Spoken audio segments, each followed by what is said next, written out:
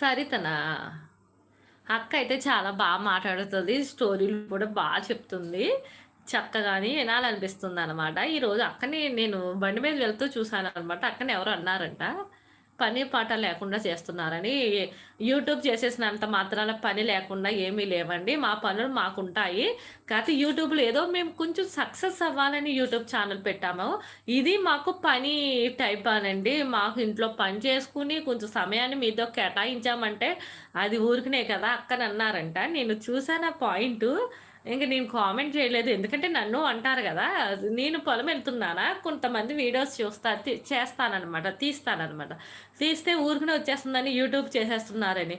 యూట్యూబ్‌లో చేస్తేనే గదండీ అది ఎంత కష్టమన్నది తెలిసేది.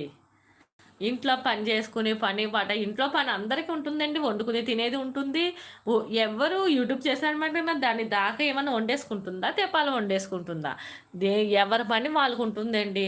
పెట్టగానే యూట్యూబ్ జీతం కూడా మన చేతుల్లోకి ఏం పడదండి. ఎందుకంటే మనం కష్టపడితేనే కదా ఏదైనా. యూట్యూబ్ మరీ కష్టపడాలనమాట. అన్నారంట. అక్కకి అన్ని బాధ్యతలు తీర్చుకున్నాను అని చెప్తున్నారు. నేను విన్నాను. చాలామంది అట్లాగే అంటారు. ఊరికనే మీ పాప బాగా చేస్తుంది sister. Thank you sister. Thank you. Thank you. అన్నది ఎంత కష్టపడాలండి యూట్యూబ్ గురించి. చూస్తాం చాలామంది మాకు మనీ వచ్చేస్తుందండి, మనీ వచ్చేస్తుందని అని చెప్తారు గానీ, ఊరికనే ఏమీ రాదంటారు కదా! ఆయన రజిత జ్యువెలరీస్ చెప్తారు కదా! ఊరికనే ఏమీ డబ్బు పోగొట్టుకోకుండానంటూ యూట్యూబ్ ఊరికనే ఎవరికీ డబ్బివ్వదు. టాలెంట్ ఉన్న వాళ్ళకే డబ్బొస్తుంది.